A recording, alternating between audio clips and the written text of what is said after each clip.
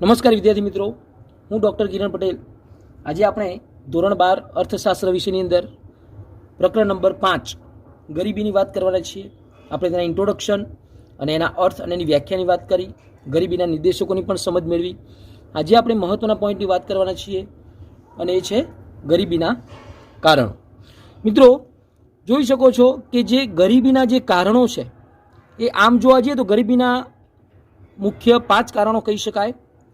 એક ઐતિહાસિક કારણ, ત્યાર પછી ગ્રામીણ ગરીબીના કારણો, આર્થિક કારણો, સામાજિક કારણો અને અન્ય કારણો. તો આપણે દરેક કારણોની આપણે વિગતે ચર્ચા કરીએ.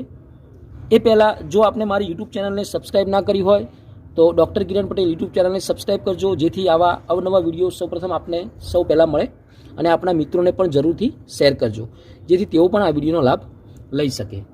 તો સૌથી પહેલું કારણ છે એ કારણ છે ઐતિહાસિક કારણ. હવે આપણને એમ થાય કે ઐતિહાસિક રીતે ગરીબી આપણને કઈ રીતે જોવા મળતી હશે? તો મિત્રો, બહુ જ સરળ છે.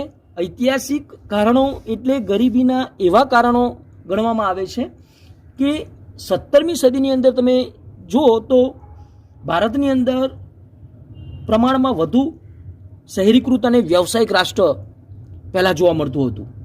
વેપારની અંદર પણ ભારત જે છે એ સુતરાઉ કાપડની અંદર ઘણું સારો એવો હિસ્સો ધરાવતો હતું. તેની સાથે સાથે સિલ્ક, મરી મસાલા, ચોખાની નિકાસ પણ કરતું હતું. ભારતની અંદર જ્યારે અંગ્રેજો, ફ્રેન્ચો અને ડચ જેવી પ્રજા આપણે ત્યાં આવી, ત્યારબાદ જે તેમને લોકોએ જે સંસ્થાનવાદની જે શોષણની નીતિને કારણે ભારતની જે ઉદ્યોગો, ખેતી, સેવા ક્ષેત્રની કથળતી પરિસ્થિતિ આપણને જોવા મળી. અંગ્રેજોના શાસનકાળ દરમિયાન આપણે જોઈએ તો ભારતની ખેતી જે ક્ષેત્ર છે એ ભારતનું ખેતી ક્ષેત્ર નાજુક અવસ્થામાં આપણને જોવા મળ્યું હતું. કારણ કે જે ભારતનો વરસાદ છે એ ભારતનો વરસાદ જે છે એ ખેતી પર આધારિત છે અને ખેતી આધારિત વરસાદ છે આપણે ત્યાં. અને જે વરસાદના આધારે આપણે જે ખેતી કરીએ છીએ અને ત્યાં બ્રિટિશ શાસનને સિંચાઈ માટે આપણા પર બહુ રસ દાખવ્યો નહીં. એટલે આપણી જે મૂળ ખેતી જે કરવાનો રહ્યો એનો આધાર છે એ આપણે વરસાદ પર જ રહ્યો. કારણ કે સિંચાઈ પર એમણે એટલી બધી આપણા પ્રત્યે કંઈક એ લોકોએ રસ જ નહીં દાખવ્યો. અને બીજી બાજુમાં તમે જુઓ તો જમીનદારી પ્રથા છે, એક બાજુમાં દુષ્કાળની પરિસ્થિતિ જોવા મળતી હતી. દુષ્કાળની પરિસ્થિતિ, જમીનદારી પ્રથા છે, વધતા જમીન મહેસૂલ, સાત પ્રથા વગેરેને કારણે ખેડૂતો આર્થિક રીતે પાયમાલ થઈ ગયા. અને જમીનદાર અને સાવકાર મોટા જે વેપારીઓ છે એના દ્વારા અપાતા જે ધિરાણ અને વ્યાજના બોજા હેઠળ દબાઈ ગયા. અને એના કારણે જે ખેડૂતો છે એ જમીન વિહોણા થયા. ખેડૂત અને ખેતીની બેહાલ બન્યા પરિણામે એના કારણે ગરીબીમાં વધારો થયો. એટલે એ ગરીબી વધી એનું મૂળ કારણ છે કે આપણે ત્યાં જે કૃષિ ક્ષેત્ર, ખેતી ક્ષેત્ર પર જે અંગ્રેજો દ્વારા જે આપણા પર પૂરતું ધ્યાન આપવામાં ના આવ્યું અને આપણા પર જે સાત પ્રથા, મહેસૂલ, જમીનદારી પ્રથા અને દુષ્કાળ, આ બધી પરિસ્થિતિને કારણે આ થઈ આપણી ઐતિહાસિક પરિસ્થિતિની અંદર ખેતીની વાત. એ જ પ્રમાણે આપણે જે બીજી વાત કરીએ તો ઉદ્યોગની અંદર પણ આપણે એટલા બધા આગળ હતા. અને ઉદ્યોગની બાબતની અંદર પણ ભારતની અંદર એવા પ્રકારની જે વેપાર નીતિ, કર નીતિ તેમજ ઔદ્યોગિક નીતિ અમલમાં મૂકવામાં આવી કે જેથી અંગ્રેજો ભારતમાં વેપારથી એ લોકોને ફાયદો થાય અને ભારતીય નિકાસ માટે યુરોપના બજારમાં વિવિધ પ્રતિબંધો મૂકવામાં આવે. જ્યારે ઇંગ્લેન્ડમાં જે ઉત્પાદિત થતી વસ્તુ હતી એ ઇંગ્લેન્ડમાં ઉત્પાદિત થતી વસ્તુઓના ભારતના વેચાણ માટે વિશેષ પ્રકારની એ લોકોને કર રાહતો આપવામાં આવી, એ લોકોને છૂટછાટો આપવામાં આવી. તેમજ આ પેદાશો જે છે એને દેશના ખૂણે ખૂણા સુધી પહોંચાડવા માટે રેલવેનો ઉપયોગ કરવામાં આવ્યો. અને આ પ્રકારની નીતિથી અંગ્રેજો ભારતના ઉત્પાદન અને વેચાણથી અધિશેષ પ્રાપ્ત થયો, જેના દ્વારા તેઓ ઇંગ્લેન્ડમાં મૂડીરોકાણ કરી અને ઔદ્યોગિકરણને વેગ આપ્યો અને ત્યાંના ઉત્પાદિત માલના વેચાણ માટે ભારતીય બજારનો ઉપયોગ કર્યો. આ વ્યવસ્થામાં ભારતીય ઉદ્યોગો અને વેપારીઓની હરીફાઈ શક્તિ અને ઉત્પાદન શક્તિ એ ખૂબ જ ઘટવા લાગી. ભારતના નાના અને જે ગૃહ ઉદ્યોગો છે એ પાયમાલ થયા અને પરિણામે બેકારી અને ગરીબી વધવા લાગી. તો મિત્રો એવું કહી શકાય કે જે ઉદ્યોગોની અંદર જે આપણી કથળતી પરિસ્થિતિ આવી એના પાછળ જો મૂળ કોઈ જવાબદાર હોય તો તે છે અંગ્રેજો. અંગ્રેજોએ એમની કૂટનીતિથી આપણા જ માલને એ લોકોએ કાચા માલને એ લોકોએ ખરીદી અને એ લોકોએ ત્યાં તૈયાર કર્યો અને બળજબરીપૂર્વક આપણને જ ખરીદવાનો એ લોકોએ આગ્રહ કરાયો અને એના કારણે જે ભારતના જે ઉદ્યોગો હતા એ ભારતના ઉદ્યોગો અને ગૃહ ઉદ્યોગો એ મૃતઃપ્રાય થયા અને એના કારણે ભારતીય ઉદ્યોગોની અધોપતિ અને એના કારણે ગરીબી અને બેકારીમાં વધારો થયો. તો આ પ્રમાણે આપણે કહી શકાય કે જે આ ઐતિહાસિક કારણો છે, જે ગરીબીના કારણોની અંદર મહત્વનું કોઈ કારણ ગણી શકીએ તો આપણે તે છે ઐતિહાસિક કારણ. હવે આપણે બીજા કારણની વાત કરીએ, ગ્રામીણ ગરીબીના કારણો. ગ્રામીણ ગરીબીના કારણોની આપણે જો વાત કરીએ તો એમાં સૌથી પહેલું કારણ છે કુદરતી પરિબળ. ભારત જે છે એ શરૂઆતથી જ ખેતી પ્રધાન દેશ રહ્યો છે અને આજે પણ વસ્તીનો એક મોટો હિસ્સો છે એ ગામડામાં ખેતી ક્ષેત્ર પર નિર્ભર છે. ભારતમાં ખેતી ક્ષેત્ર ઉત્પાદનનો આધાર છે એ મુખ્યત્વે કુદરતી પરિબળો છે, જેવા કે વરસાદ, હવામાન વગેરે બાબતો પર રહેલો છે. પરંતુ વારંવાર પડતા જે દુષ્કાળ છે, વારંવાર પડતો દુષ્કાળ, વરસાદની અનિશ્ચિતતા,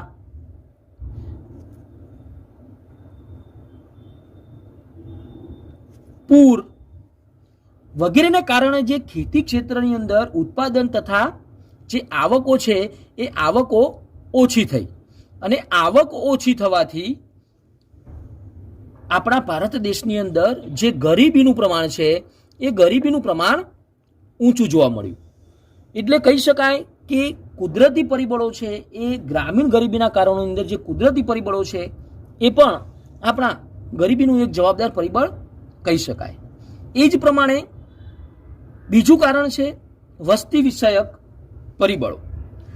વસ્તી વિષયક પરિબળોની આપણે વાત કરીએ તો ભારતમાં આઝાદી પછી આયોજનકાળ દરમિયાન આર્થિક વિકાસ સાથે ઝડપથી સુધરતી આરોગ્યની સેવાઓને કારણે એક તરફ તમે જોશો તો મૃત્યુદરની અંદર ઘટાડો થયો, મૃત્યુદરની અંદર ઝડપથી ઘટાડો થયો. એની સામે જન્મદરની અંદર ખાસ ઘટાડો થયો નહીં, મીન્સ કે જન્મદર ઊંચો રહ્યો અને એના કારણે જે વસ્તી છે એ વસ્તીનું પ્રમાણ વધુ રહ્યું, એટલે કે વસ્તી વધુ જોવા મળી અને એના કારણે ઝડપથી વસ્તીને કારણે માથાદીઠ આવક જે છે એ માથાદીઠ આવકમાં વધારો થયો નહીં, એટલે માથાદીઠ આવક છે એ નીચી રહી અને નીચી માથાદીઠ આવકને કારણે કુટુંબો મોટા કદને કારણે જીવનની ગુણવત્તા છે એ ગુણવત્તાનું સ્તર નીચું ગયું અને ગુણવત્તાનું સ્તર નીચું ગયું અને એના કારણે એક બીજી બાજુમાં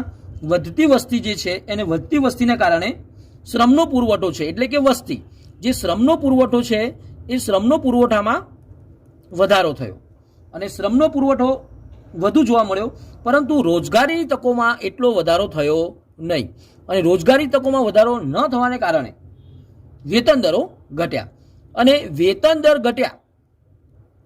વેતન દરો ઘટવાને કારણે બેરોજગારી વધી.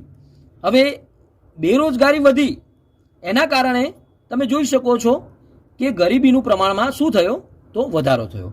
તો આ પ્રમાણે વસ્તી વિષયકના પરિબળો છે એ પણ ગ્રામીણ ગરીબીના મહત્વના કારણ કહી શકાય કે જેટલા પ્રમાણમાં આપણે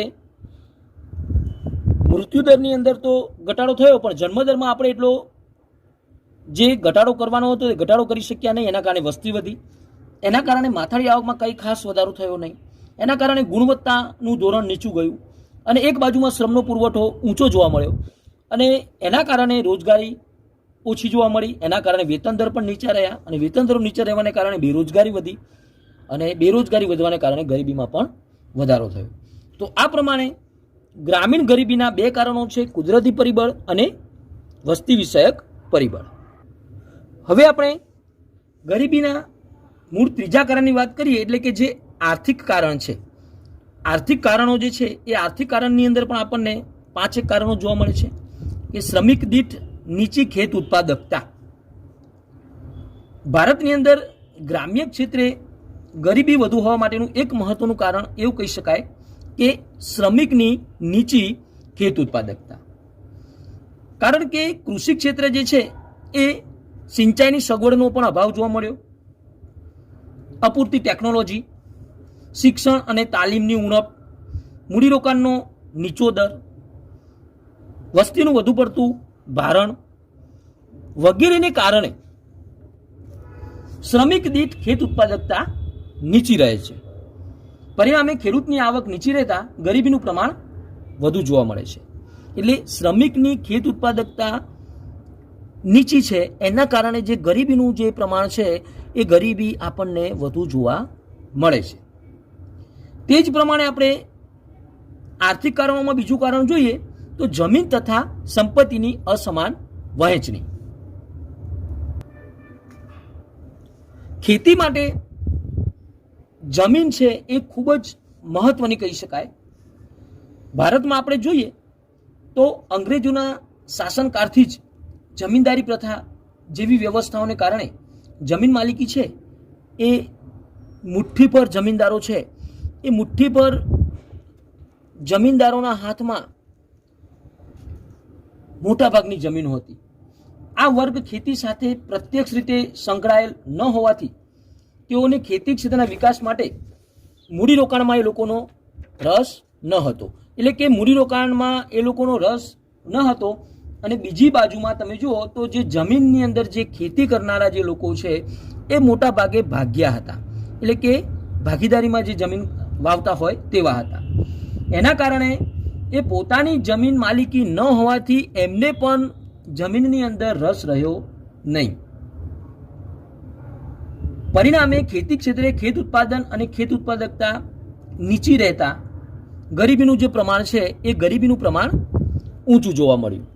એનું મૂળ કારણ જ એ છે કે જમીન અને જે સંપત્તિ છે એ જમીન અને સંપત્તિની અસમાન વહેંચણી. ત્યાર પછી આર્થિક કારણોમાં ત્રીજું કારણ છે નાના અને ગૃહ ઉદ્યોગોનો અલ્પ વિકાસ.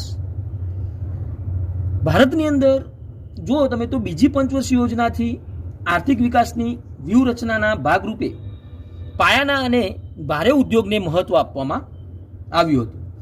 પરંતુ ગ્રામ્ય ક્ષેત્રે અને ગૃહ ઉદ્યોગ કે જેમને રોજગારી, ઉત્પાદન અને આવકનો ખૂબ જ મોટો ફાળો આપે છે તેની અવગણના થઈ. એટલે કે નાના અને જે ગૃહ ઉદ્યોગો છે એ નાના અને ગૃહ ઉદ્યોગોની જે અવગણના કરવામાં આવી એ લોકો ઉપર ખાસ ધ્યાન રાખવામાં ન આવ્યું. એના કારણે ખેતી સાથે જે સંલગ્ન ઉદ્યોગો છે એની સાથે બીજા જે નાના અને ગૃહ ઉદ્યોગો સાથે જેમ કે પશુપાલન ઉદ્યોગો છે, ડેરી ઉદ્યોગ છે, મત્સ્યપાલન છે વગેરેના ઓછા વિકાસને કારણે મોસમી બેકારી પણ વધુ જોવા મળી, જેના કારણે ગરીબીનું પ્રમાણ ઊંચું રહ્યું. કારણ કે મોસમી બેકારી હોવાને કારણે એની અંદર મોસમના એટલે કે 12 માસની અંદર અમુક મોસમ સાથે જ એ લોકોને રોજગારી મળતી હતી અને અન્ય સમય સુધી એ લોકોને બેરોજગાર રહેવા પડતું હતું. અને એના કારણે બેરોજગાર વ્યક્તિ છે એ ગરીબ વધુ બન્યો. તો આ પ્રમાણે નાના અને ગૃહ ઉદ્યોગોનો અલ્પ વિકાસ એ પણ ગરીબીનું એક આર્થિક કારણ કહી શકાય. ચોથું કારણ છે ઝડપથી વધતા ભાવો. વધતા ભાવો ગરીબીને ગંભીર રીતે અસર કરે છે. એની અંદર યુદ્ધ છે, દુષ્કાળ, નીચું રાષ્ટ્રીય ઉત્પાદન, ઝડપથી વધતી માંગ, ઉત્પાદન ખર્ચમાં થતો વધારો,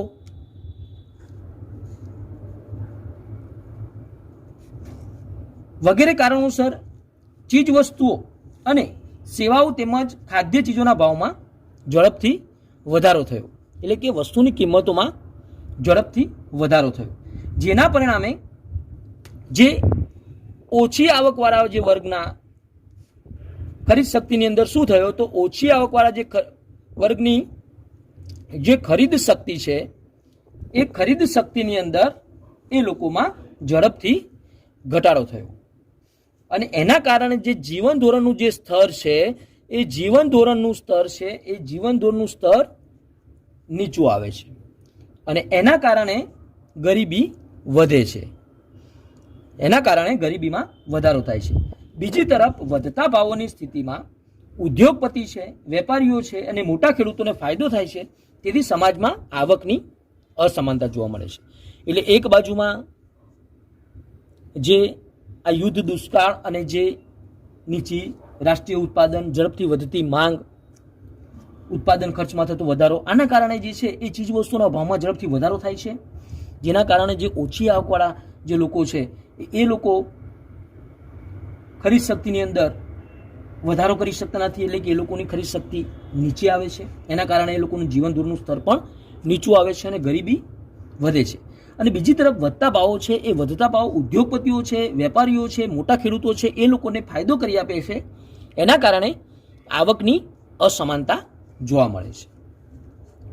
ત્યાર પછી ગરીબીનું જે પાંચમું જે આર્થિક કારણ છે એ છે બેરોજગારીનું ઊંચું પ્રમાણ. આપણે જાણીએ છીએ કે ગરીબી અને બેરોજગારી એક સિક્કાની બે બાજુ છે, કે બેકાર વ્યક્તિ હોય ગરીબ હોય અને ગરીબ વ્યક્તિ હોય તે બેકાર હોય. ભારતની મોટા ભાગની વસ્તી છે એ ગામડાઓની અંદર ખેતી ક્ષેત્ર પર નભે છે અને ખેતી ક્ષેત્ર પર નભવાના, પરંતુ મોટા ભાગની જે ખેતી છે એ શાના પર આધારિત છે? તો એ વરસાદ ઉપર આધારિત છે અને વરસાદ પર આધારિત હોવાથી એ વર્ષની અંદર તમે એક કે બે વખત પાક લઈ શકો છો. એક કે બે વાર પાક લઈ શકવાને કારણે ખેતી ક્ષેત્રની અંદર બેકારીનું જે પ્રમાણ છે એ બેકારીનું પ્રમાણ જે તમને વધુ જોવા મળે છે. ખેતી ક્ષેત્રમાં બેકારીનું પ્રમાણ વધુ જોવા મળે છે.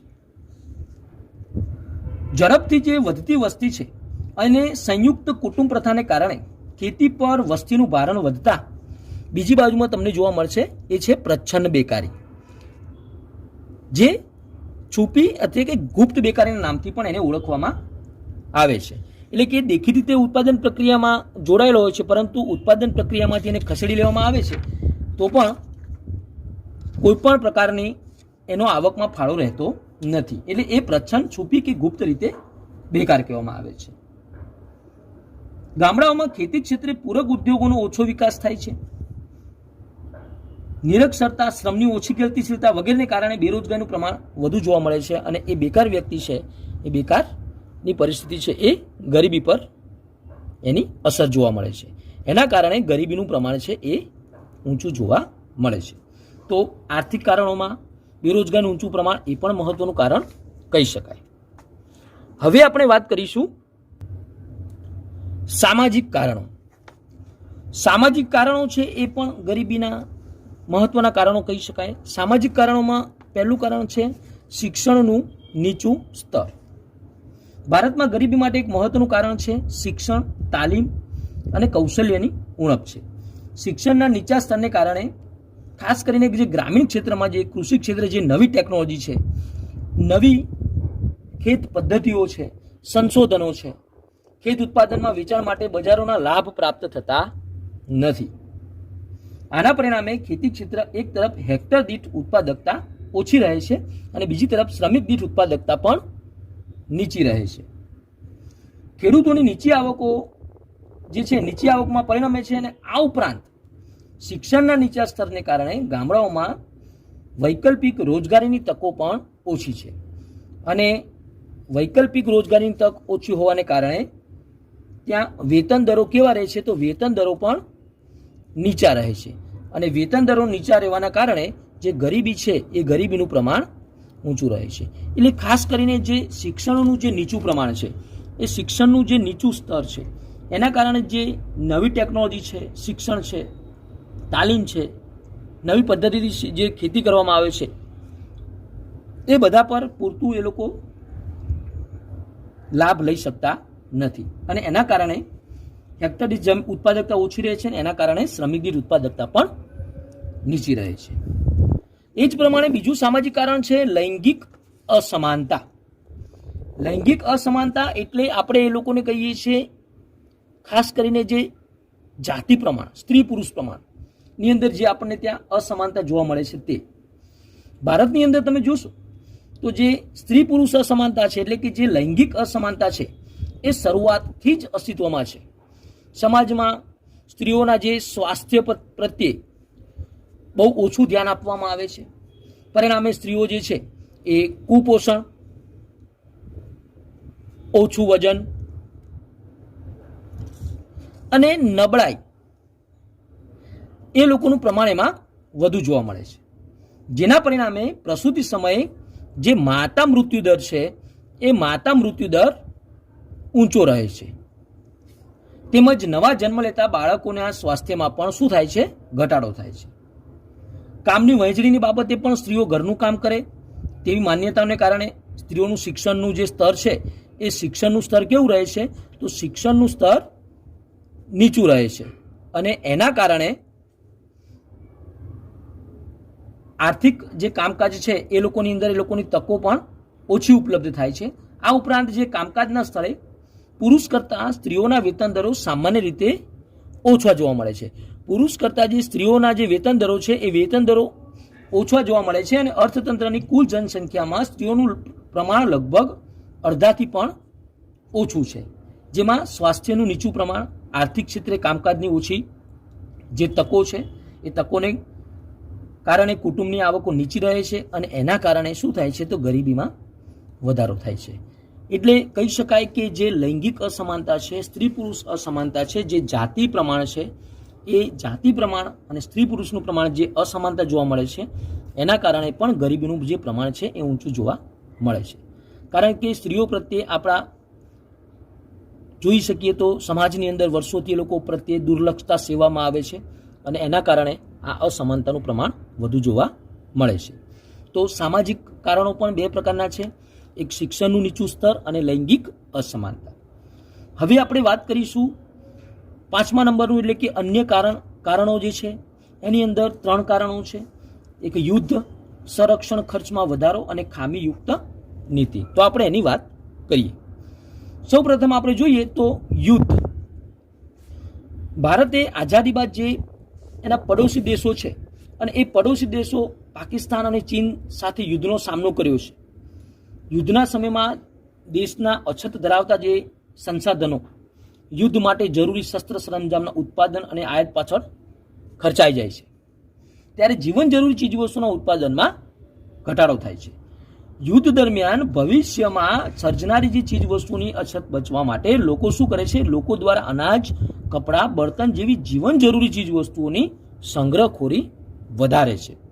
પરિણામે ભાવો ઝડપથી વધે છે, કારણ કે આપણે આ બધી જે આવનારી આફતોથી બચવા માટે લોકો વધુને વધુ ચીજવસ્તુનો સંગ્રહ કરે છે અને એના કારણે ભાવો ઝડપથી વધે છે.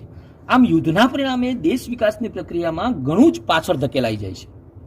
વારંવાર યુદ્ધનો સામનો કરવાને કારણે ભારતની અંદર જે વિકાસલક્ષી જે ખર્ચ કરવાના હોય છે એ વિકાસલક્ષી ખર્ચાઓ ઉપર પણ કાપ મૂકવામાં આવે છે, કે વિકાસલક્ષી જે દેશની અંદર ખર્ચ કરવામાં આવે એની ઉપર કાપ મૂકવામાં આવે છે અને આર્થિક વિકાસ છે એ આર્થિક વિકાસ નીચો રહે છે અને આર્થિક વિકાસ નીચો રહેતા અને વધતા ભાવની સમસ્યા ઊભી થાય છે અને પરિણામે ગરીબીમાં શું થાય છે?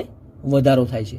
તો આ અન્ય કારણની અંદર જે આપણે યુદ્ધ છે એ યુદ્ધ પણ આફતને કારણે ગરીબીનું પ્રમાણ છે એ વધુ જોવા મળે છે. હવે આપણે અન્ય કારણોમાં બીજું કારણ જોઈએ તો સંરક્ષણ ખર્ચમાં વધારો.